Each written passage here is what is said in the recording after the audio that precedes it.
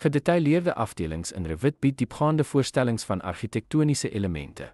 Die bemeestering van die skep van gedetailleerde afdelings is noodsaaklik vir akkurate konstruksiedokumentasie. Kies seksie-instrument. Kry toegang tot die seksie-instrument vanaf die aansigoortjie. Teken gedetailleerde seksielyn. Klik om 'n lyn te skep wat die fokusarea vir die gedetailleerde snit definieer.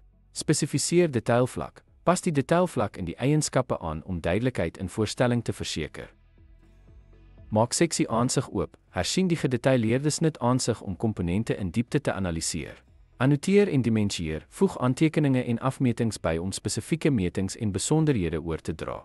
Wysig komponente. Kies en wysig komponente binne die gedetailleerde seksie soos nodig.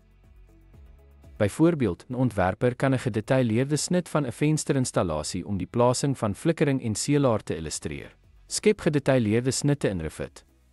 Verbeter die presisie en duidelikheid van argitektoniese ontwerpe. Hierdie vaardigheid is noodsaaklik vir effektiewe kommunikasie met konstruksiespanne.